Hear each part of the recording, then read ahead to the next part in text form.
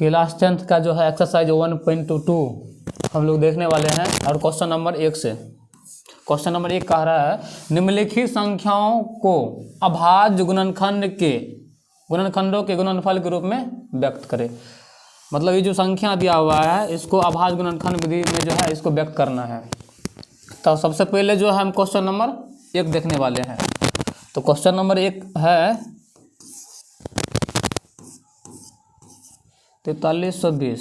इसका अभाज्य गुणनखंड विधि से जो है इसको हल करेंगे। तो सबसे पहले जो है इसमें लगाते हैं 2 से, 2 दूनी के 4, यहाँ पे 2 का 2 हो गया, यहाँ बचा 1, 1 पे 2 12 हो गया, 2 छा के 12, ये हुआ 0। उसके बाद यहाँ फिर लगाएंगे 2 से लगाएंगे, ये 2 का 2 हुआ, ये जो है या 10 दूनी के 20 होता है, 10 दूनी के 20 लगा दिए हैं, यहाँ पे 16 बचा है तो 2 8 16 होगा, ये 0 हो जाएगा। उसके बाद जो है फिर इसमें 2 से लगाएंगे, 2 पंच 10 होगा, ये 2 चौके 8, ये 0 हो जाएगा। उसके बाद फिर जो है इसमें लगाएंगे 2 से ही लगाएंगे, 2 दूनी के 4, 7 दूनी के 14, ये 0 बच गया। उसके बाद लगाएंगे फिर 2 से देखो यहाँ पे 2 से लग जाएगा, यहाँ 2 से लग जाएगा, 2 से लगाते हैं जहाँ तक 2 का 2 लगा। उसके बाद यहाँ पे 7 है रे, नहीं तो 2 तिया के 6, 1 बचा है 10 हुआ है ना, 2 पंच क्या हो जाएगा, यहाँ पे 10 हो जाएगा। फिर यहाँ पर लगाते हैं, यहाँ पर जगह नहीं है तो यहाँ पर लगा देते हैं। तो 135 में जो बताओ कितना से लगाएंगे।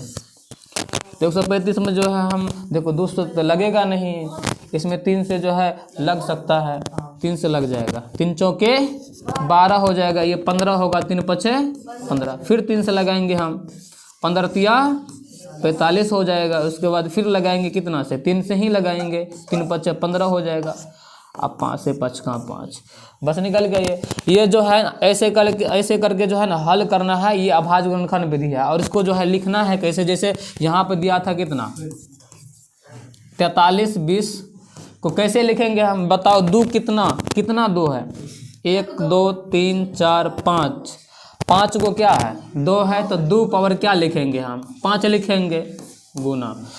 और यहाँ पे 3 कितना है, तो 3 जो है 3 गो है, तो 3 पर पावर क्या लिखेंगे यहाँ पे 3 लिखेंगे। और गुना 5 जो है 1 गो है, तो गुना 5 लिख देंगे।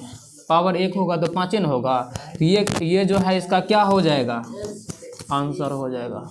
ठीक है, तो इस प्रकार जो है इस सवाल को बनाना है। अगर एक सवाल जो है फर्स्ट वाला अगर बना लेते अच्छी तरह से, सब सवाल यही पर है, इसी तरह से सब क्वेश्चन बन जाएगा। 7 का ठीक है, तो 7 का बनाते हैं।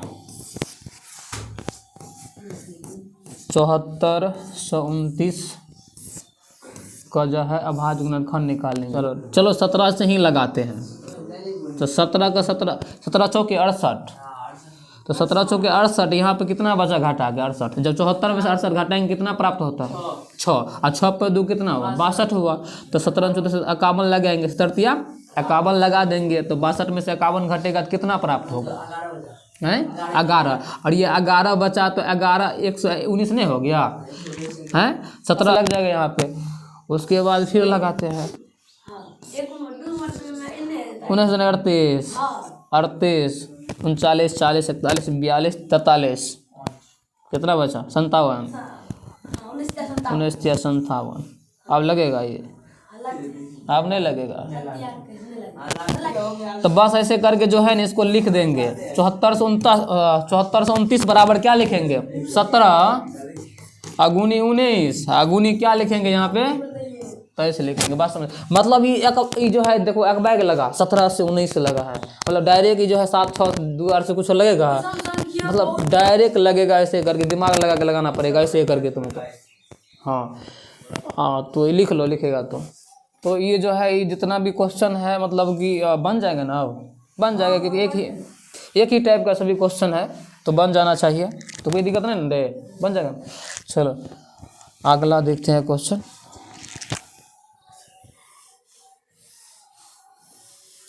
देखो अगला जो क्वेश्चन है 2 नंबर का, 2 नंबर का जो क्वेश्चन है तुम्हारा 1.2 का एक्सरसाइज 1.2 का, वो क्वेश्चन जो है बताना पड़ेगा। ठीक है रे, तो अधिकतम 5 की घात जो है देखो किस प्रकार निकालते हैं। तो ये 23,750 जो है ना, इसका जो हल करेंगे वो अभाज्य गुणनखंड विधि से हल करेंगे। तो सबसे पहले देखो 5 घात पूछ रहा है तो 5 से लगाते हुए जाते हैं। चलो 5 से लगाएंगे तो 5 के 20 होगा, यहाँ पर 37 हुआ न, तो 37 बचा ना, हाँ 5 7 35 और यहाँ पर 2 बचा तो 25 हुआ, 25 ये 0 उतर जाएगा। उसके बाद फिर 5 से लगा देंगे यहाँ पे तो 9 5 45 होगा, यहाँ पर 2 बचा तो 25 हो गया ना, 25 हो जाएगा, यहाँ पे ये 0 हो गया। उसके बाद फिर 5 से ही लगाएंगे तो 5 का 5 होगा, यहाँ पर बचा कितना, तुम बताओ कितना बचा, 4 पे 5 कितना हुआ 45, तो 5 नमा 45, ये 0 उतर जाएगा यहाँ पे। फिर यहाँ पर लगाएंगे हम कितने से, 5 से लगाएंगे तो यहाँ पे जो है 5 दिया कि 15 होगा ना रे, यहाँ पर 4 बचा तो 40 हुआ, तो 5 8 40। अब लगेगा इसमें, अब लग जाएगा दूसरे, तो हम जो है नहीं भी लगा सकते, लगा भी सकते हैं, लगा दो यहाँ पे, अभी लगेगा तो लगाओ जब तक लगता है। तो यहाँ पे 2 से लगाएंगे तो यहाँ पे जो है 19 दूनी क्या होता है 38 होता है। तो यहाँ पे देखो 5 का घात कितना होगा, तो 5 कितना है 1 2 3 4, तो 5 का घात कितना हुआ 4 हुआ। तो यहाँ पे लिख देंगे, यहाँ पे जो क्वेश्चन था ना,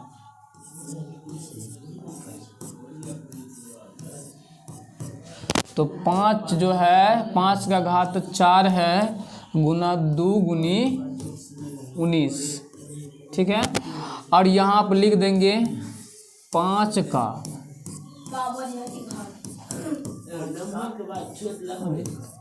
तन,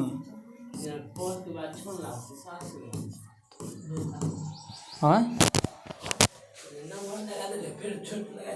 पता तो कते से लगे तो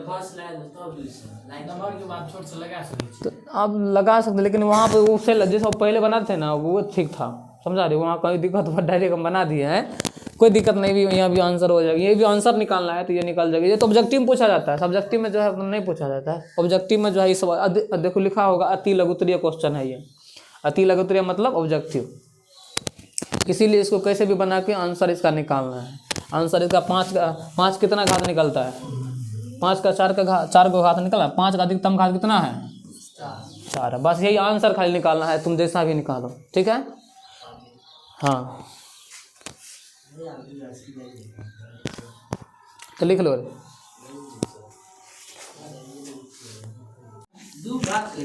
तो क्वेश्चन नंबर जो है 3 देखने वाले हैं।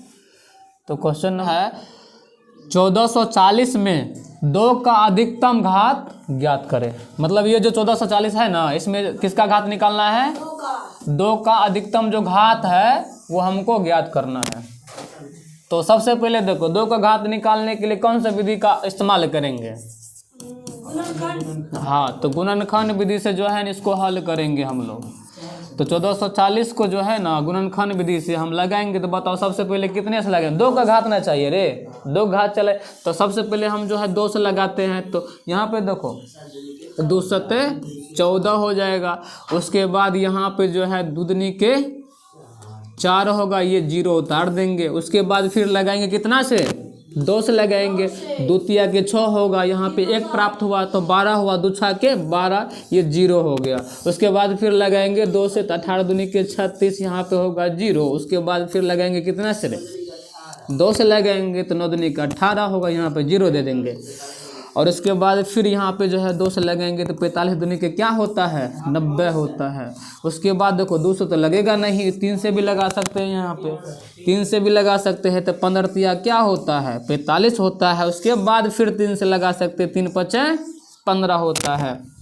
तो इस प्रकार जो है इसको हल करके और देखेंगे कि 2 का घात इसमें कितना है, बताओ 2 कितने बार आया है इसमें, तो 1 2 3 4 5, 2 5 बार आया, तो 2 का घात कितना हुआ 5। यहाँ पर लिख देंगे, यहाँ पे 1440 बराबर 2 का जो घात है वो 5 है, अधिकतम घात कितना है 5 है। और 3 जो है 2 गो है तो 3 का स्क्वायर कर देंगे, 5 1 है तो 5 पावर 1 होगा, ठीक है। तो यहाँ पे जो है बताओ 2 का अधिकतम घात, 2 का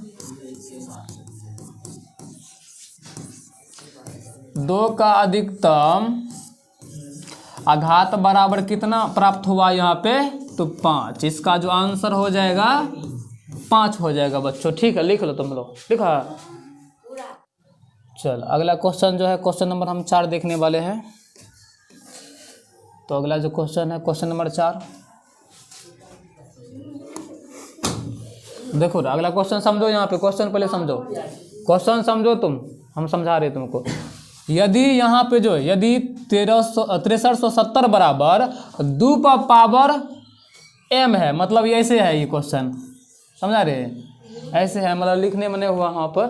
तो यहाँ पे जो है यहाँ पे लिख 2 पावर m है, इंटू यहाँ पे जो है अब 5 का पावर कितना है, तो 5 का पावर n है, इंटू 7 का पावर यहाँ पे जो दिया हुआ है कितना है, तो 7 का पावर k है, गुनी उसके बाद 13 का पावर कितना है रे, तो p है। तो इसका जो है ना है, तो किसका मान ज्ञात करना है, तो m plus n plus k plus p का क्या निकालना है, मान ज्ञात करना।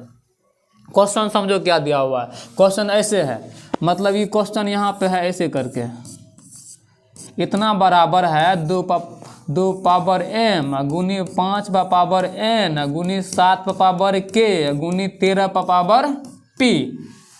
तो इसका हल जो है ना, हल करके किसका मान निकालना है, तो m plus n plus k plus p का मान निकालना है। मतलब यहाँ पे m का मान निकालेंगे, n का मान निकाल लेंगे, k का मान निकाल लेंगे, p का मान निकालेंगे और सबको जोड़ देंगे तो इसका मान नहीं निकल जाएगा।